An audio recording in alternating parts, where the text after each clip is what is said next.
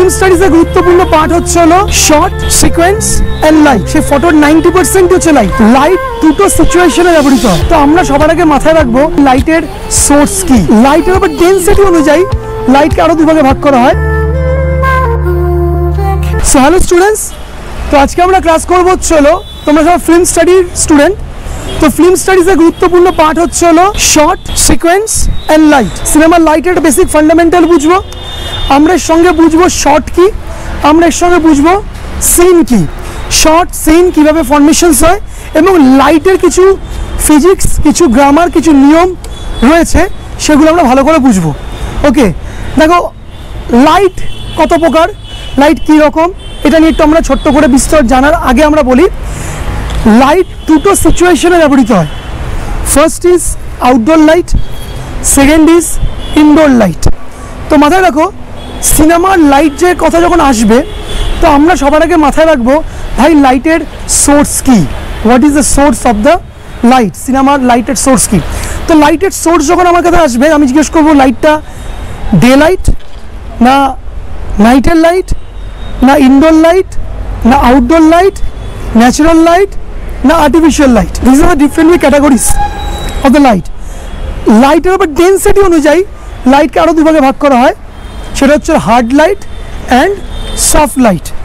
এই লাইটের মোটামুটি একটা আইডিয়াস। লাইটটা ডিটেলিংয়ে যাবো, তার আগে তোমাদেরকে বুঝিয়ে দিই ওভারঅল শর্টস, সিন, সিকোয়েন্স। দেখো আজকে ধরো না, এটা আমাদের একটা ক্লাসের সিন। ওকে, তোমরা সবাই কোন ইউনিভার্সিটিতে পড়ো? ক্যালকাটা ইউনিভার্সিটি। তোমার কলেজের নাম কি?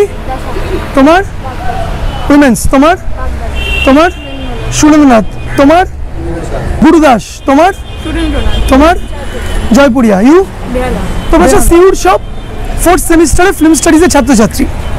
তো মাথায় রাখো, একটা সিনেমা যখন আমরা করি, তো সিনেমাতে আমাদের কতগুলো গুরুত্বপূর্ণ জিনিস আমাদেরকে টার্মস ইউজ টু হতে হবে।